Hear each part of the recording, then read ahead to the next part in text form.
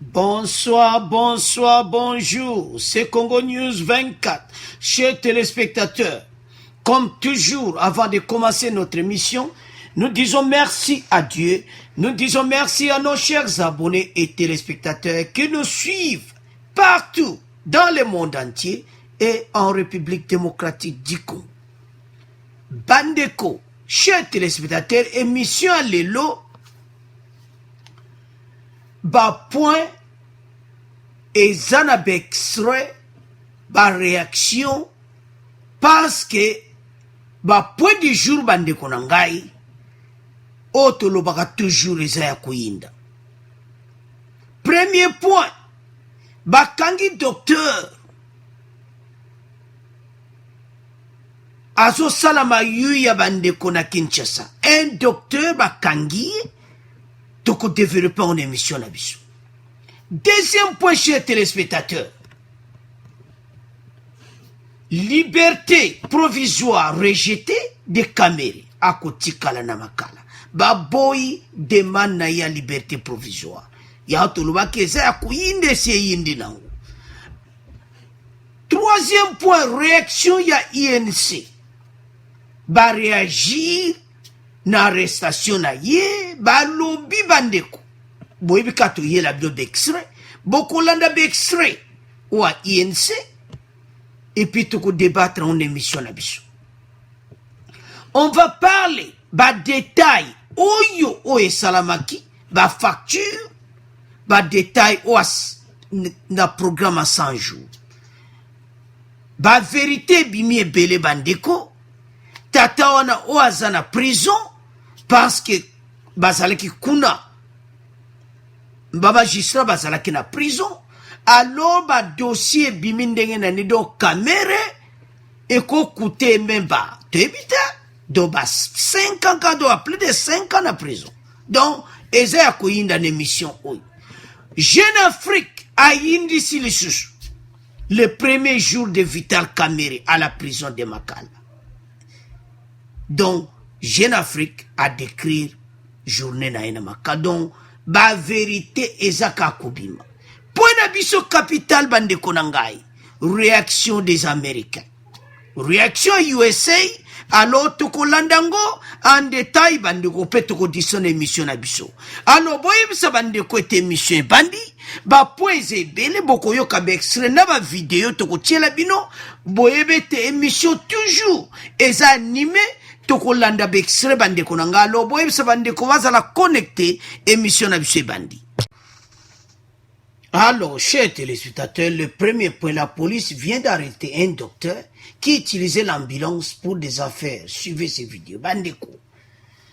Ezamawa. Confinement na Gombe. Docteur na chauffeur. Et puis, eloko ezamawa nini bazo beta pe sirène. Na kati kuna, ba memi be équipement ba transport ya ba ciment donc ba biloko ezalo kuna makama médical ti mende bazo beta ngo kono donc ndenga alarme ezo lela ezo mwana bazo na bata malade bata COVID-19 coronavirus a mon n'est pas si donc parce que balba que priorité za ambulance il faut bon l'exambulance na Gombe donc bango bazo sala ba trafic o biloko na Gombe.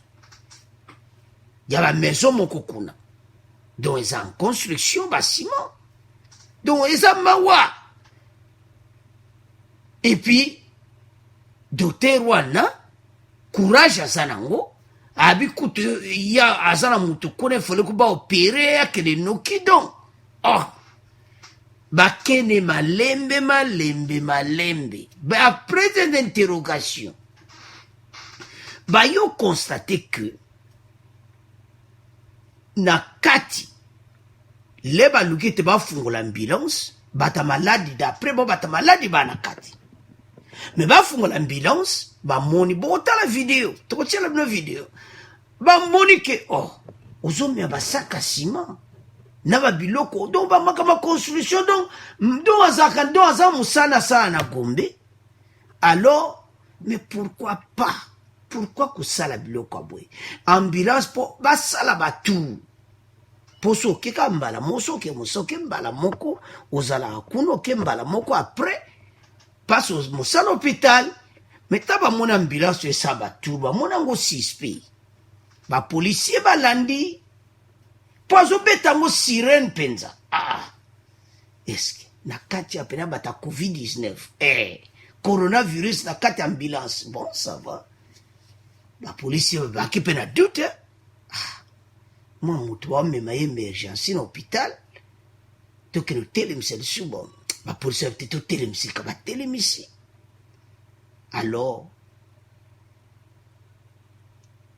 bamemi ye nde bomona bourgmestre aya koloba alors eza mawa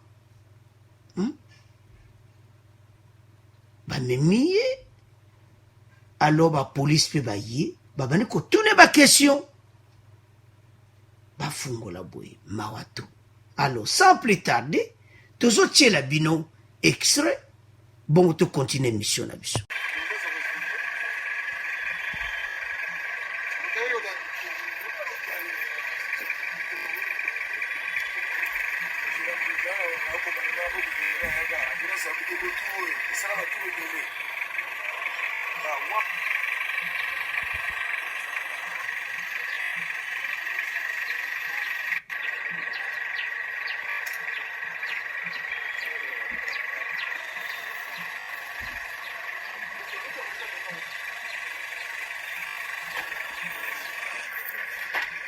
Voilà, c'est ça, vous attendez. Comment on se prend Ah, les véhicules, l'ambulance, oh, ça passe. Vous avez besoin de ciment ce sont les sables.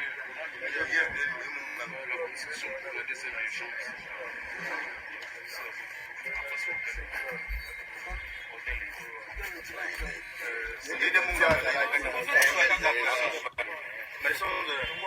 Médecin, il y a un cas d'ambulance. Docteur, ce sont tes malades là que tu as transporté tes malades? Bon, l'ambulance. Avec un médecin, avec des malades dedans, des malades comme ça. Avec des sirènes. Il n'y avait pas de sirènes. Alors que vous êtes dans les confinements. J'étais des services. J'étais des services d'écoute. Je suis là. Les cas. Qu'on a mis la commune en quarantaine. Alors j'étais des services, comme l'ambulance sortait. Et puis j'étais là depuis le lundi. Je devais m'approvisionner. Comme l'ambulance sortait, j'ai profité. Vous voyez comment moi je suis sorti. Vous êtes sorti pour vous approvisionner. Pour vous ne savez pas ce qui était à l'intérieur? Non, je ne sais pas ce qui était à l'intérieur. Okay. J'étais sorti pour m'approvisionner. Lui, il est sorti, il profitait. Alors, chauffeur.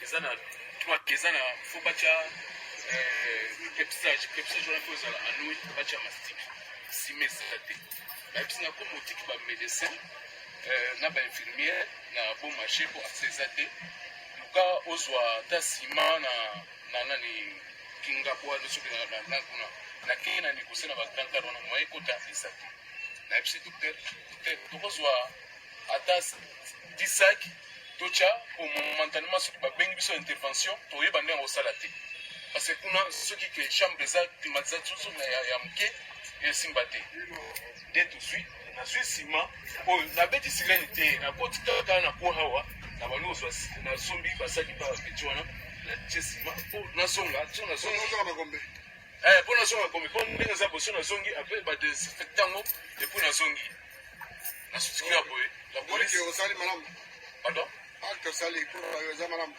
Bon, acte nasali mbo eza mpona conscience na omoni ke eza normal. Non, nde tosala ambulance mosala ngoni bon tozokumba baka eza mpona komba nsima. Non, eza mpona komona bon toyebi kaka sirene ebimi retentir tobimi totala ambulance na médecin na kati na chauffeur azomenase bapolicier ye donc batrafic d'influence moko démesuré ye aza na droit ya kosala mosala azosala mais bapolice baye koappréhende bacomprendre te tina nini lui n'a pas le droit de faire la prison aussi longtemps qu'aza dans la légalité tu vois que c'est un voyou d'ailleurs les voyous c'est un voyou aza na état moko kuta so comprendre te po se maîtriser c'est difficile pour lui na dit ok c'est bon merci na ndenge soki olobi oza na eta oyo eza ya malamu te omoni polisi bato pamba basali mosala ozomenase bango omoni bango donc baincivique ok merci. Voilà un peu en quelque sorte la situation désagréable qui met la police vraiment dans une mauvaise posture et surtout ne pas honorer le service et le médecin qui dit il y a évité mais c'est un inconscient, c'est un menteur. Il est conscient, il sait lui-même ce qu'il a fait. C'est lui qui est à la base de tout ça. Il est dit qu'il y a même quelqu'un qui est en train d'opérer. Donc à comprendre que donc moi je c'est vraiment déplorable situation. Voilà. Ils échappent, ils prennent le ciment au lieu de prendre des malades. Et pour échapper au contrôle des policiers, ils font ça. Donc, dorénavant, on va maintenant commencer à contrôler toutes les ambulances qui vont passer, savoir qui est dedans, et ils vont faire quoi. Sinon, il y aura des gens, ils vont prendre même des malades, des infiltrés ou bien des gens qui sont malades, qui vont échapper au contrôle de l'équipe de riposte. Merci, M. Boumès. Bon boulot.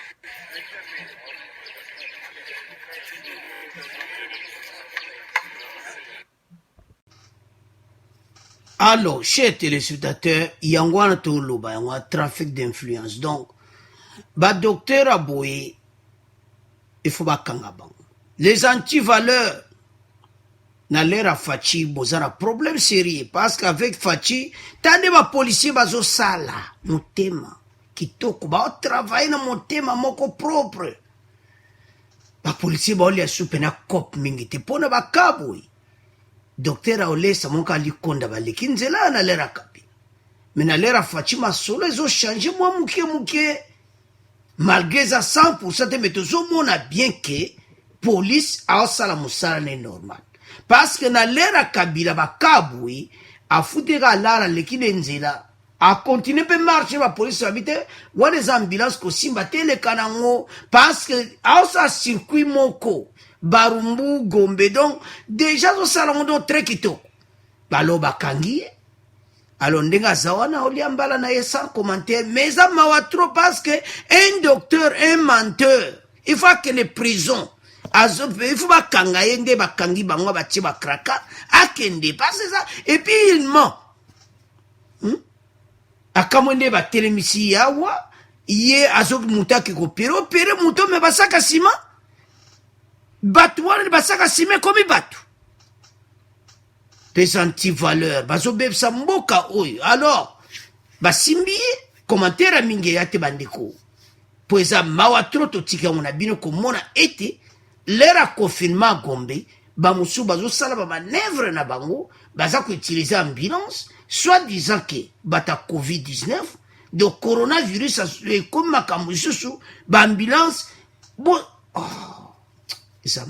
mais to comme on a fait ma caméra base Fachi déjà ma solo ndenge zo kende mboka il faut échanger il faut pena changement bato ba mona oui à la tête du pays moi na mboka zali comme ça ba anti valeur nyonso na prison alors to tika on a bino to komo lekana deuxième point na biso alors chez téléspectateurs to comme na deuxième point na biso liberté provisoire rejetée. Donc demande à l'avocat ne basalaki, ba rejeter yango. Donc il restera en détention. Le tribunal, le parquet de Matete a rejeté la requête de Vital Kamere demandant la liberté provisoire. La détention préventive est maintenue momentanément pour une durée de 15 jours. Selon dengue juridique, ça, 15 jours après. So 15 jours, ma slogan des Okeniti, 1 mois, 3 mois, donc, Mawato. Les avocats directeurs du cabinet du bureau du président de la République ont formellement déposé une demande de remise à liberté provisoire, alors a été refusée. La défense des caméras a avancé 3 raisons pour justifier cette demande. La fuite des caméras n'est pas crainte. Il a une résidence bien connue à Kinshasa et aussi que là, il n'y a pas d'indice sérieux de culpabilité. Papa, ozolo makamoko ozalai kuno monaki déjà. Donc Kamere situation neza mobulu bangwa le ba raison o bamba sengi provisoire ndaku na yezi ba yebi donc ye akokimati mais na ndenge makambo ezo kende pour le moment ba dossier o ezo bima boko yoka na pona monsieur Kolanda eza mawa Kamere déjà robank mutabimisi pena masolo ebele masolo ya kosa ebele bandeko na ngai ke kutu aza kotransfere à partir ya robank bakonte na ye na étranger donc aza na bakonte nde bomoni wato Dubai, Afrique du Sud, République ya Seychelles, donc na Grèce. Donc aza na bakonte a vire bambongo wana. Si les 304 millions misale sali pas même 100 et quelques millions donc mbongo nyonso ki na ba société effective nde bozomona photo wana la sœur d'Amida a été citée et puis na point mosusu tozoya nango bokolanda il y a une dame oyo aza osala bamanevre wana nyonso andire robank ezokende bambongo na ye déjà robank tobena apwatisi nyonso belge oyo bakonte oyo aza ofungola bakonte ne na kati ya robank bavire mbongo na konte boye konte boye konte boye aza ne bakonte ebeye na robank epuis azotransfere yango na bapays étranger. Situation à Kamere est très sérieux. État de droit et état de droit. Président de la République a tiaki angwana pour mutu nyonso tozala ndenge moko. Tozala na po ba Américain ba beti sete, mais to bebisa ngo te. Po ba Américain ba lobby dans mobulu. Tozala na po.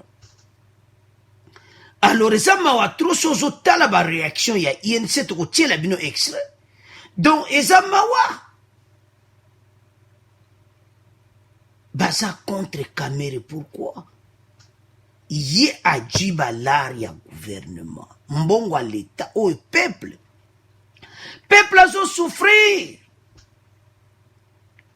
bambongo ebele ya ziango ba vie de luxe mo kosakana nango te Amida famille wana nyonso donc kosakana te ba dégâts masolo ebimi ebele na prison ba magistrat bakendaki kuna déjà robank azalaki kuna ba DG office de route confrontation nde totiela bino na émission ya lobi. Alors soto otala batu na oyo baza koloba eza mawa trop. Alors pour to continuer émission na biso tozo tiela bino réaction ya INC bolanda be extrait wana après to continuer émission na biso.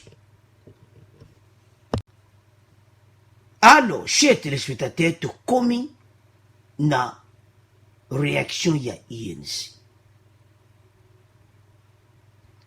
INC baza ko déclarer sur quoi? To tiela bino extrait. Vital Kamere a yebi oazei kusala. À partir à prison, a pexi ba député na bango. Po ba député a musu fo ba kanga bango. To yeli bino sous extrait, o to tiele bino ya député na zolo ba ke Kamere nana yibati. To kolanda pe. Sa femme azaki présent na makala. Nde ba zo landa yango, donc ba preuve oyo balakisaki Kamere eza mawa donc batu otan bazodiscute bazosala boye Kamere asala o biso eza mawa trop. Caméra Jimbongo à l'État. Alors, Tolanda, extrait Oyo, Bongo, to continue mission à Bissou. Humiliation, arrestation arbitraire sont des termes utilisés par les 16 députés qui réclament la libération immédiate et sans condition de Vital Kamerhe, directeur de cabinet et principal allié du président Félix Tshisekedi, envoyé la veille en prison. L'UNC, Union pour la nation congolaise, estime que son leader Kamerhe est victime d'acharnement politique. Vital Kamerhe, depuis sa cellule, a appelé dans une lettre ses partisans au calme. Les forces de l'ordre ont été placées au siège de son parti pour éviter tout attroupement. Vital Kamerhe n'est pas encore jugé ni condamné, mais est placé sous mandat d'arrêt provisoire en attendant l'aboutissement de la procédure du procureur. Il a été rejoint en prison hier par Fulgence Baramossi, directeur général du Fonds national d'entretien routier FONER, poursuivi pour un possible détournement de près de 20 millions de dollars destinés à la réhabilitation des routes dans les Kivu et le Kasaï. Avant eux, d'autres dirigeants d'entreprises et de banques ont été également jetés en prison dans le cadre des mêmes enquêtes.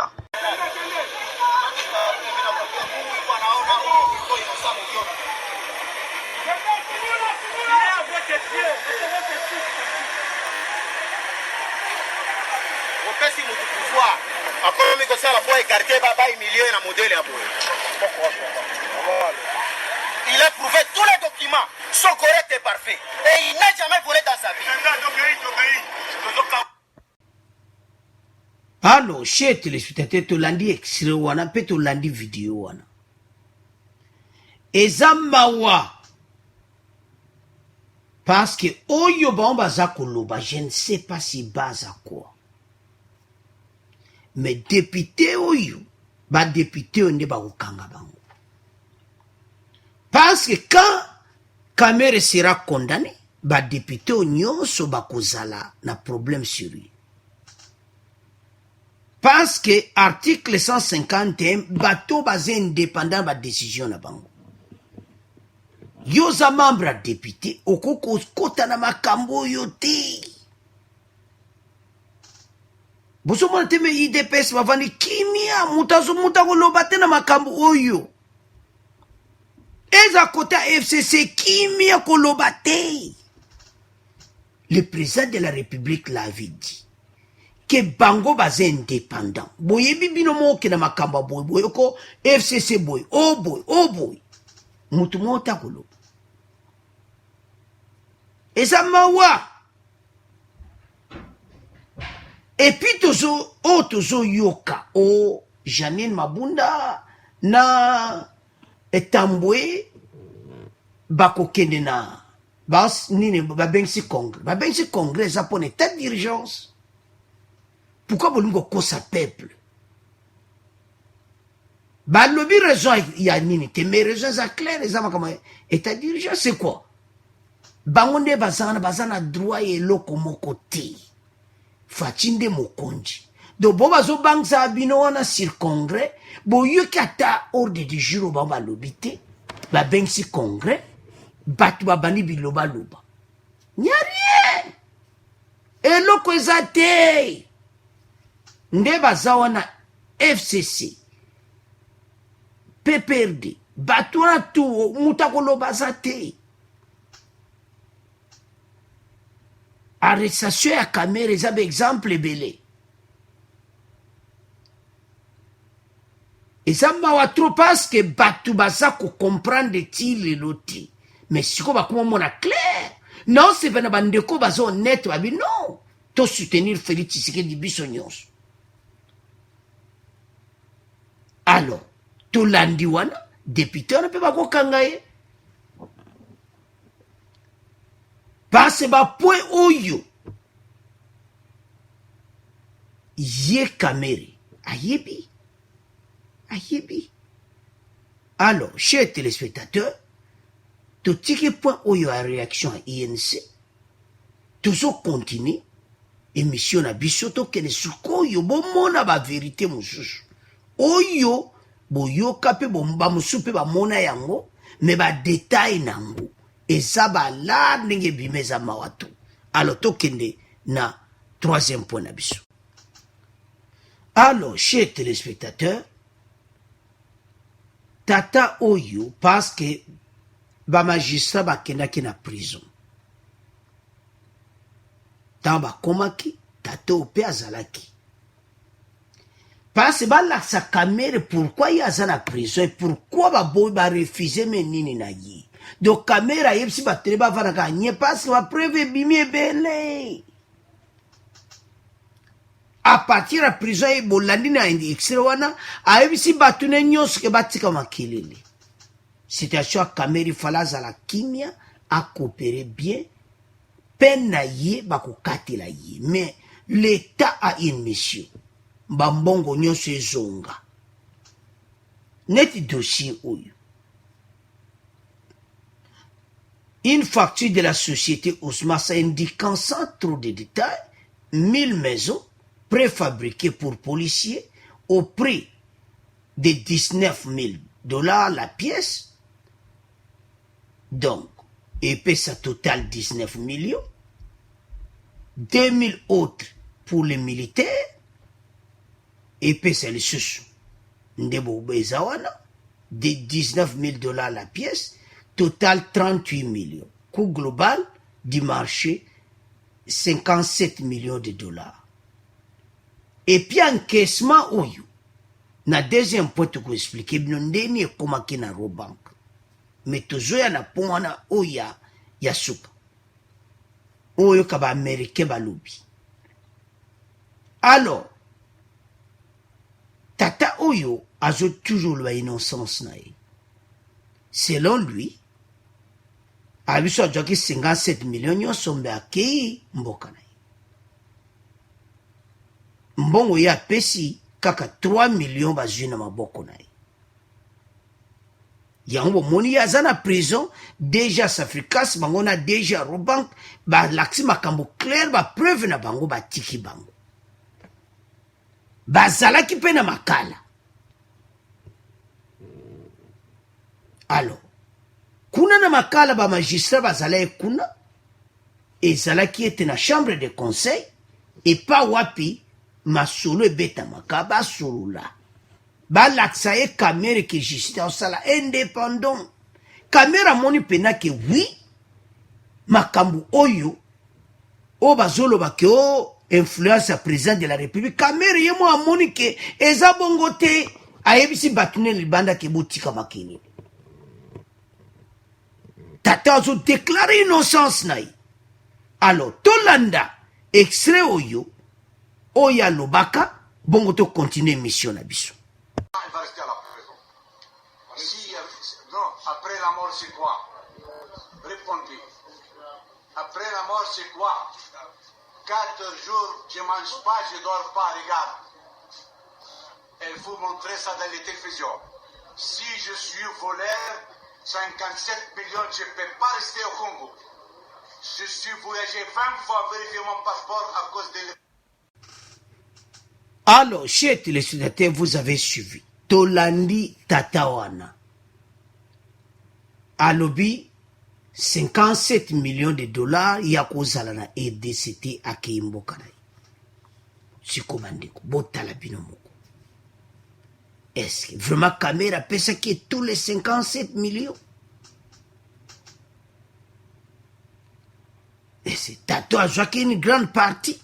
Donc peut-être Tato a joué 38 millions de dollars. Ce qu'on a joué 38 millions. Wapi le 19. Et puis ba maison et yati. Ba ki otala boye. Obi ke na pasi Kamera décevoir. À décevoir même Fatina ndenge moko impossible. Et ça mawa. Donda ndenge moko oyo. Parce que batouaye bate Fatia ça na confiance à Kamera. Toujours na point o ezolanda. Et oyo boyoka extrait. Que Yazaï agir en tant que ministre en finance. Il signait tous les chèques il donnait les ordres. Donc, Fatia s'est perdu la confiance à Kamere. Ah, yang bapaya, m'infiltré. Bah, il y a somboka. Mais t'as la siko. On a un problème sérieux aujourd'hui à Mbala. Mbala, on pèse à Kusakana, on est sérieux. Babaxil ndazana kubimate. Balobine temporairement 15 jours. En attendant, bazota la dossier na. Tata oyo azaki présent na makala. Donc ndenga zaona ba l'accès ba preuve nyonso. Ide oku ne ibite so bazwaka ondeni ke bakende ko samba kuna. Bino boso mona nga ke oh non, bakende ki kuna ko l'accès ba preuve. Ba tata wana déjà robank, tata oyo ya ndako azalaki wana, do ba vérité mebele. Na si tata na kolwa non yo pesengo bien 38 millions. Malgré moi tata n'a pas une infraction. Parce que tata a jusqu'à 3 millions, il n'y a pas un problème. Donc, Kamere peut appeler tata l'argent sauté. Bah, l'argent sauté, qui n'a pas compte bancaire, n'a fungoli. Et ça m'a ouak, au quoi simbo ka Kamere, au détruire RDC. Si qu'on n'est pas condimo, moutumata condimo, ça congolais. Moutamona wa montamba, on dit mate que ça congolais. Banda kwa ti lelo. Nde bozo na ndimite comme 1000 koma ba maison préfabriquée. Mususu ti lelo yati 300 wapi mususu e koma kati. Mais ba pesi confiance na Kamere. Eza mawa. Yango batu muso FCC ba mbongo Kamera yibi na inane. Eza mbongo batu FCC ba yiba pendant 18 ans. Yamba l'obel qui me yo pendant il na yibi koleka me batouana. Alors à vous de commenter, to le kasiko na Jeune Afrique a yindisi ma vérité. Alors, chers téléspectateurs, le premier jour de Vital Kamere à la prison de Makala. Le 11 avril, nous sommes à part Jeune Afrique. Alors que la justice a rejeté ce samedi sa demande de remise à liberté provisoire, le directeur du cabinet de Félix Tshisekedi incarcéré depuis le 8 avril dans le cadre de l'enquête sur le programme de 100 jours continue de recevoir de nombreuses visites et de consulter ses alliés à la prison de Makala. Consulter ses alliés à la prison de Makala. Bazalaki wana. Audience ezalaki vendredi. Ezalaki hier. Suite à l'audience qui s'est tenue le 10 avril, devant la chambre du conseil, le tribunal de paix a refusé la demande de mise en liberté provisoire de Vital Kamere et ordonné son placement en détention préventive pour une durée en attendant de 15 jours. Ma confrontation et salamaki na ba dossier mususu kuna na Makala donc ezalaki mobulu makambo et salamaki. Donc confrontation moko donc batangi ba dossier ndo ibele.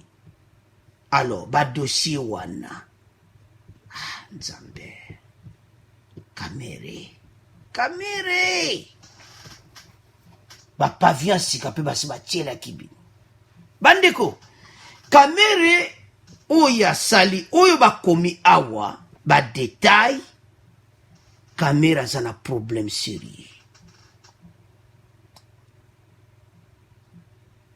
Donc ezo mwana te coalition oyo esili nango parce que et puis place Batiye, seul un groupe restreint de ses proches a pour l'instant accès à lui. Place Yaza, Moutako Komakuna, Kaka, Mwasinaye, Oyo Kaka, donc restreint. Donc, Bate Bele Mweba Keneko Talaye Zati. Bate Batu limite, Oa Batu Bako Komakuna. Nandaka molili ndenga zawana zana problème sérieux en attendant na zana 15 jours bandeko Kamere il faut sa responsable qui a bébé économie en boka à détruire Donc, soko tala na nukara pendant une année, au yibe à peu près 250 millions. Wana oye monani. Bambongo wana donc déjà Robang denga expliqué de mawa. Il y a une dame na Robank aza ko jouer intermédiaire ko jouer bambongo na ko tiango na ba compte tout ça. Boko monde na déjà Robank photo de tie na oyo po ya suko ba américain. Et ça grave. Tout la bino extrait sikoyo. Donc aza ko jouer rôle il y a ministre des finances. Tokolanda Frank Diongo a pesa qui interview a expliqué yango bien tozo tchela bino. Yé mutaza en charge à ko signer ba document nyonso. Alors Tolanda Frank Diongo bon to continuer mission na biso. Mon frère, le président Vital Kamerhe, tout le paiement de l'État sans son autorisation. Tout le monde habite de l'État. À cette qualité-là, mon frère, le président Vidal, a agi comme ministre des Finances. Il était devenu l'ordonnateur principal des dépenses publiques. Et lorsque vous agissez comme un comptable d'État, vous serez contrôlé et sanctionné comme un comptable d'État. Il s'est mis lui-même dans de telles situations. Ça, c'est le premier élément. Deuxième élément, les projets de 100 jours, tout le marché, la procédure de passation des marchés, c'est lui qui a organisé la procédure de passation des marchés. Il a donné tous les marchés lui-même comme organisateur de passation des marchés. Il a donné tous les marchés de gré à gré. Je crois que l'État, nous avons le devoir de redevabilité. L'État ou la justice qui voudrait vérifier comment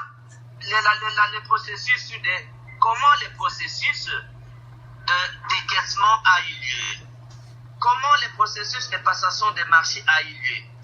Est-ce que les conditions pour donner les marchés de gré à gré, est-ce que c'était correct? Les entreprises qui ont eu le marché, est-ce que ces entreprises sont en règle avec l'État? Est-ce qu'ils sont dans les guichets uniques? Alors, est-ce que leurs papiers sont en règle avec l'État? Vérifiez tous ces documents-là, toutes ces procédures-là. Est-ce que c'est de l'acharnement? Allons-y encore. Vous avez un troisième élément, les dossiers de santé. Le président Vital lui-même a rédigé une lettre à l'époque de Rolling Ilunga pour dire qu'on a décaissé 2 millions de dollars, 10 millions de dollars qu'on a donné à un fournisseur de médicaments. Il y aura 12 conteneurs. Moi, j'ai mené moi-même des recherches au niveau du ministère de la Santé. Les 10 conteneurs ne sont jamais venus. Alors, est-ce que si la justice veut vérifier, bon, qu'est-ce que cette lettre est devenue? Est-ce que c'est de l'acharnement? Est-ce que c'est de la politisation là-dessus? Donc, le président Vital, à travers, il s'est mis lui-même dans une situation de redevabilité. Pour terminer donc, au budget de l'État, tous les projets de 100 jours, aucun ministre ne peut répondre parce que le programme de 100 jours n'est pas incorporé dans les programmes du gouvernement, n'est pas dans les budgets. Le programme de 100 jours, c'est incorporé comme les dépenses à la présidence. Or, le président de la République est politiquement irresponsable. Sur le plan pénal, il y a une procédure. Et l'ordonnateur de ça, c'est le directeur du cabinet. Donc, tous les projets liés aux 100 jours, aucun ministre ne peut répondre parce que les dossiers ne sont pas au gouvernement. Mais c'est dans le budget de l'État, dans l'indexation de la présidence de la République. Et l'ordonnateur là, c'est le directeur du cabinet. Je crois que ma petite contribution dans le débat vous démontre à suffisance qu'il n'y a ni politisation, ni victimisation, ni acharnement, ni règlement des comptes. C'est un problème judiciaire.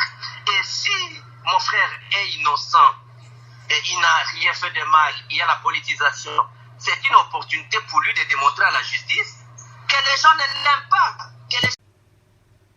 Alors, chers téléspectateurs, nous avons suivi. donc aza agir comme ministre des finances. Eza ngo makamkutu ya kotia dututi, donc eza ndenge wana. Alors, eza mawa, il faut ya comprendre que ya za agir comme ministre des finances, aza ko signer ba chèque, donc akomaki ka ye na ye nzambe. Yango ko pesa ba confiance a boyi, fati. Donc yende ngaza kondo zo gérer pena kesa l'état quoi. Donc bon à trésor public comme ye pena na mwasi na ye. Donc bazo bimisa on ba chèque, bazo dépenser na bango. Donc mutako lobate. Oh chers téléspectateurs, eza mawa. Eza mawa, eza mbongo à l'état Caméré. Peuple congolais zo souffrir. Yo comme ministre des finances. Eza ndenga babete so Franck Diongo alobi bongo parce que yaza ko donc et puis so bolandi ba décaissement mususu. L'air wana ezalaki Yav Molang mutu azalaki ministre ya finance par intérim. Azoyebisa Yav Molang a décaissé mbongo na Robank mais wana tozoya na poasuka. Bandeko makambo eza mobulu. Eza pena mobulu. Do balari ya bendi et créer dernier de désordre que donc je ne sais pas comment expliquer ça. Eza mawa atiki pays na trou moko to yebite vraiment ce qui na mikolo ekoya ba dépense au l'état il fala sala ce qui vraiment okoka kosala ba dépense wana parce que c'est mbongo bimie belé akoka ta ko justifier yango te ako justifier yango comment ako justifier comment parce qu'il y a quoi agir en tant que ministre des finances a petit sianti mbongo ebimi na trésor public mama na ngai botikili pendako donc a sasaki pena ba millions. Alors peuple congolais koto aza ba difficulté na ye azolela ba mbongo bino bozo dépenser ba mbongo bozo sakana bandeko ndenga zawana peuple congolais a komi na colère moko so landi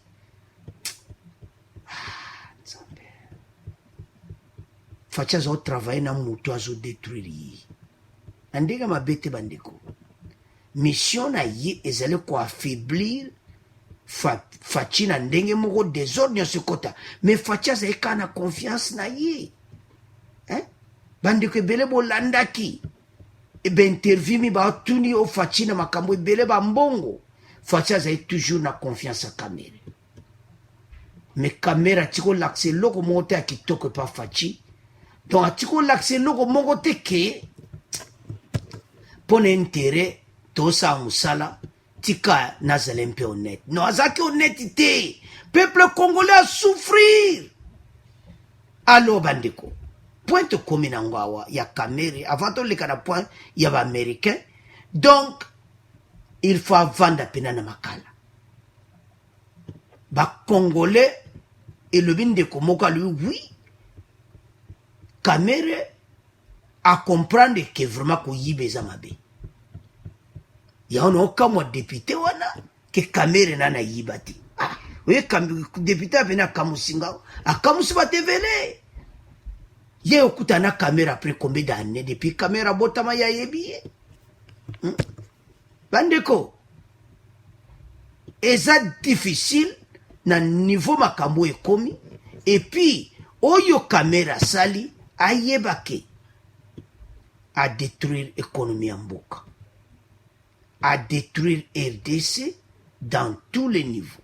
Mais balobaka oto sala tokufuta yango Caméré zo futa alors toleka sikona pona biso ya suka aux États-Unis.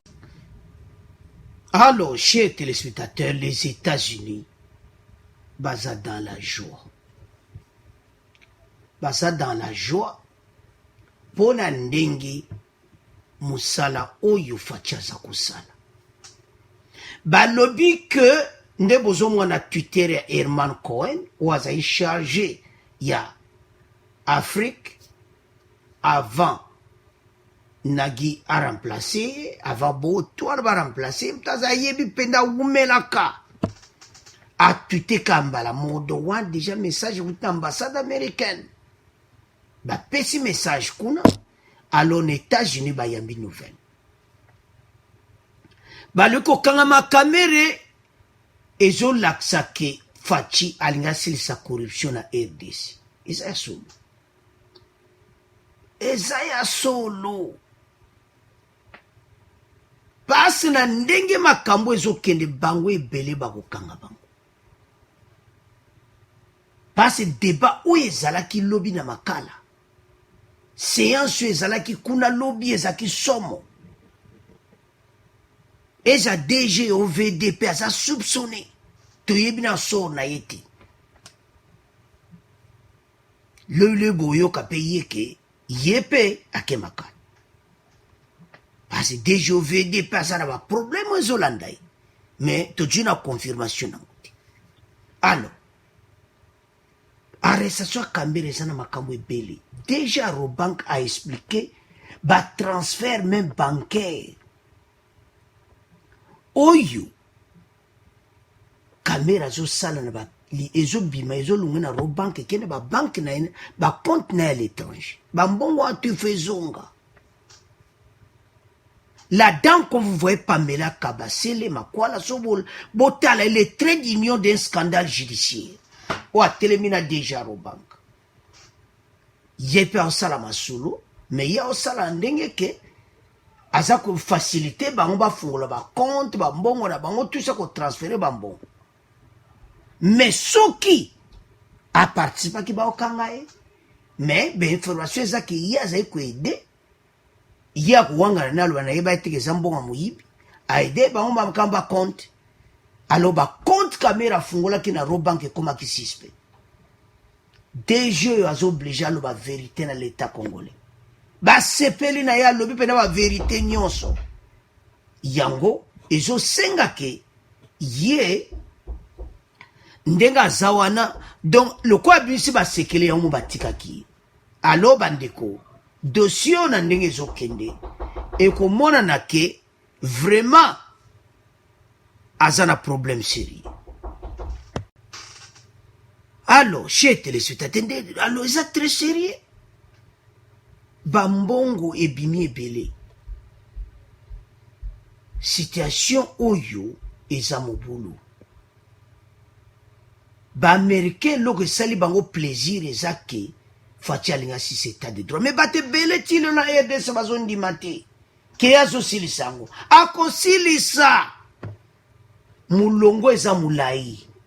Ezala ba yuma bakoleka bato ebele bakoleka wana pe bokoyoka alors chers téléspectateurs l'autre tout beta c'était zake ba congolais to comprendre que état de droit bani ko vanda ba américain baza dans la joie makamba coronavirus yango zoma be interview ebele te me batini ka Twitter mutramo donc ndenge makambo zokende fatia zo silisa masolo corruption ba américain so ba lobby ezale ko sala mabongo alors bato nyonso bazana ba scandale to banga te bako kanga bango nyonso bako kota prison mutu moko azo décide la loi mutu moko te azo décide la loi mutu moko te bango nyonso bako kanga bango nyonso chez téléspectateurs. Déjà Robank a mis ba dossier nyonso ya Kamera za na problème sérieux bandeko. To comment qu'il a fait émission to lo bande boui. Problème ya Kamere eza somo. Ba vérité bato bazo lo botika ba vérité bebele tomba ko kangayi. Et cause à la prison moulai parce que ba vérité bimi. Alors mulongo eza moulai ba million nyonso ezonga na ba caisse.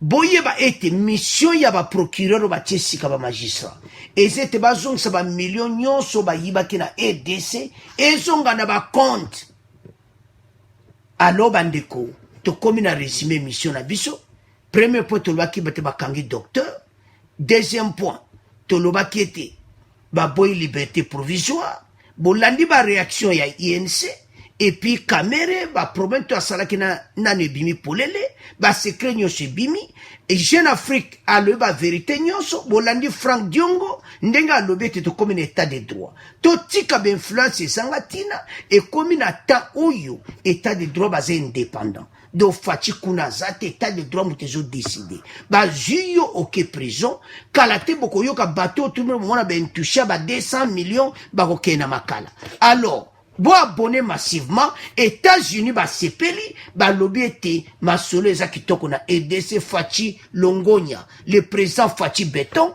to komisio paso banoko kanga et intouchable ba sili na EDC alors bo abonné massivement au revoir à la prochaine.